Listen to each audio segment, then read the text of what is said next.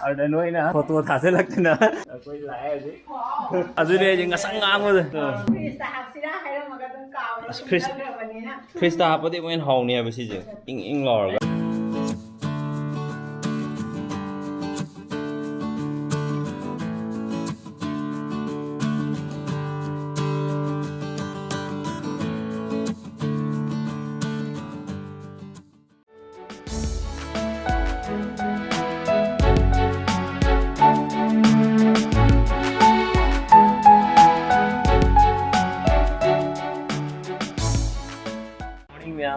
Ngasi nuôi chế cái thông thường chúng khăn nào cũng khăn liền đều.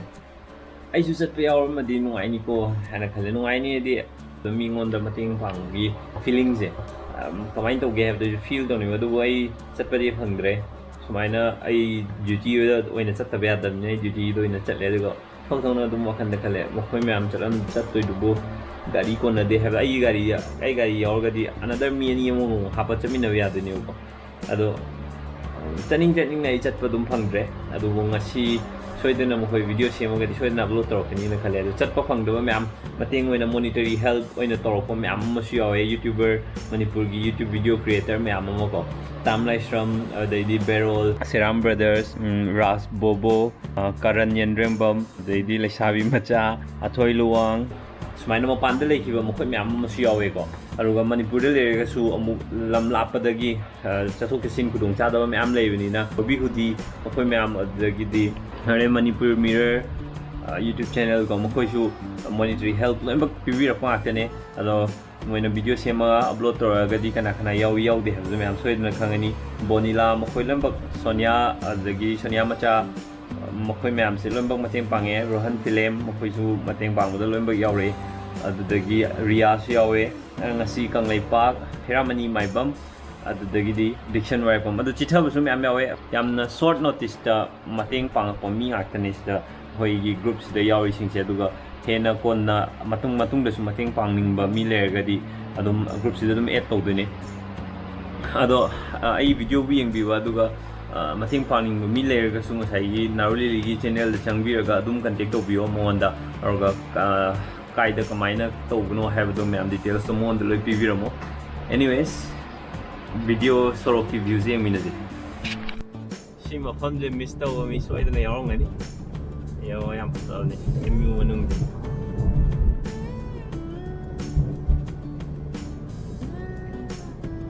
photo shot bu to nuai da wale ti la phat yo ai yo re ngasi video gì YouTube se YouTube tàu zip phabra phatabra na hangi ai YouTube tàu ni YouTube start tàu ni ai class 12 loi re ai YouTube to in career se ni YouTube se YouTuber oi se career oi bi abra ya da bra je ai yoi ba opinion nei hai ke ma si ma pham je gi loi re thawak se tàu ga da sing si gi aina le si jaga se de ai ta thawak lu se le ba ai wa aina sa ba ngasi video je YouTube oiba YouTuber oiba Manipur de YouTube videos upload to se si jina career oiba ya bra ha se si ai mot di career oiba di ya roi ai wa khan da sida phangiba paisa sida taliba sale sing se si di not enough akoi na hojik phange na paisa phangba hode na taliba se si tha da paisa je lakani la oi ha da tam ngam deba $100 yog do si ma sungya ya de nang paisa je phange ha ga di $100 yog ba ha sa akoi 1000 views kumbada ko 0.12 naraga 0.5 rupees kumba ai makhai ang gumade phangi de sumaina makhai ju yaman gre na jai logic lockdown tawda gi ang hena bisa ja handa gre to exactly kya phangi ha de khang de du adu hisab ta phang ne ni me amde mapan lam da toriba atop country sing da toriba sing ji ga koi si India da tori gi am khene aduna career oi na tawge ha ga de ai gi mot di masi adu yam lan ma career option na moi gi ni na khale angon da hang pa ai class 12 loi re do YouTuber oi ni nge na mai na hai bu adu gi mahut da videography gu je pa ma ga di adu gi field do ina adu gi course oi na to ko pyo adu course to na na YouTube da video upload to wa adu mai na to ga di na career option da soi na chana ga di adu adu nat ta wa ai YouTuber blogging to ji no ina ai career oige active source of income oige hairgadi ko adudi yado mande aruga passive oina aina topa thaba ama tawtongna aduga aina tawribudugi site aina video number se pamjabagi video sina mo YouTube ta upload tawbo oiragadi ko adudi yamna phaba option ne adudi ai mayam ju ai video yengbiba mayam so ai blogging to haninge hainaragadi mayam nungai ni khallagadi aruga paisa tani YouTube ta video thagalaga paisa tani na khallaga to oiragadi madu aranba option aranba choice oigini na ai khale YouTube ta video upload tawraga paisa tali basing se Tantha gumba hoigi atopa Manipur gi dang haijar ke subscriber yami amba duga video faza number makhoi gi bisa lamani adubu makhoi na thadari ba effort duga live bisa duga sungchan janar moi sidi mayamna tantha di million views yore 10 million 5 million views yore bisa yam talamani na bang khandi do ado tasengna tantha wari sanarga di haijar na de ise adu pesu yam phang moi makhoi na video ama nambada actor hero heroine mayam do gi fees pithokraba adai editor gi fees mayam do loi pigra kanda sai YouTube ta gi live income do adu di just ngasai gi magi editor gi fee bo konaram gadra kono moi dra have the tambangam madate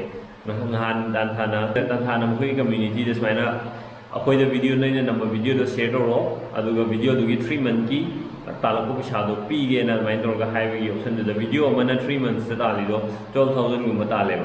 adi video mana 3 months 12000 tale adi video da number da ma kya chang pisa kyam chang ga da gyo actor ma minute manga gi na traga video ma gi album ma gi 3000 ni minimum ne ba do minimum da 1000 ne advertisement na ma gi walo any adi hen ka panga ka ne na mana adi actor ma khang ni da actor kya yaw do no adi di adu video du nam hotna ri me am do aduna ai loi samjal la kan da ai YouTuber oiba natraga YouTube tagi pesa tan ge khalaba adu di YouTube to do du aran option oini aduga ai passive income oina tawge hair ga di kisum gai de aina to pathabak mayam dori samna ai nu jujik tai de ai to pa ai di active source of income ama leje adu taw na aina ai gi pamjaba video number je khar pamjare adu video number pamjaba haibagi dinate ai sum clarify do video number pamjaba mi singna masagi mai daily activities me amdo namaga upload to do adu di kishu kai de na ai khale me am soidna to bio adu di kishu kai de me am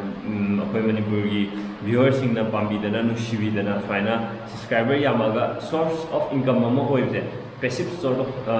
source of income hoibe city yamnga income phangdabadi ate phangi haina saijabune thamada $100 bu yorba aduidi matam dugi ene yoba timing dugi dollar ga Indian rupees ka gi magi mogi conversion value du yenga ba 7000 gumba adaina lakbe oi thamada $100 bu hek yongraba aduidi pisa lakte aduna stage full depend torga ai YouTube tagi talaga ai family thakani have dudi ai you know juji aina leiba condition ji matong ina ai adu yamna ya ni have thazade energy si video dina mi 2020 gi May dani ana sibok tadi Manipur da YouTube se YouTuber orega pisa yam tan bagi watch me later adu future da kai gumba koi Manipur da su advertisement tong lo company lai ru myam sina advertise to je horawa akoi da YouTubers sing da advertisement gi approach to ba horawa aduga advertisement to ganda koi ju pisa pining ba horawa mind to roga di future da mapan lamda je YouTuber myam da tali ba sumaina mapan lam YouTuber di koi thama da lakma ani di yam line ta le 100,000 euro ba 100,000 subscriber here lo YouTuber mani yam line ta le koi di ko ado akoi ga di mu compare to the khenai ina hai ji je Manipur gi condition ji yang ga di koi Manipuri chil now sing ne YouTuber oir ga pisa ta ni have je ai active source of income oi ga ni have je si di yam lan ga ni ado future da di oirakpa yai chances myam lei who knows tambo ken ta dingam de 2020 da koi plan myam torom bado ji virus se la ga plan myam loi cancel dei na ana tambadi ken ngam de do future gi khalaga hujik da gi YouTube ki videos upload to de start to di yai adu myam su soidna to bio hujik si da thabak loi amina yum da khalasi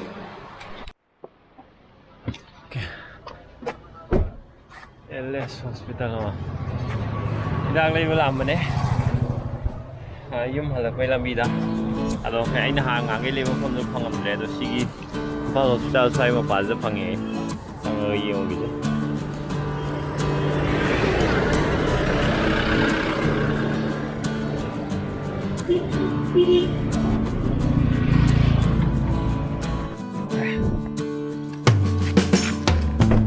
ꯍꯩꯅꯧꯁꯦ ꯃꯨꯜꯂꯛꯇꯧꯔꯦ ꯃꯨꯜꯂ ꯃꯥꯜꯂꯦ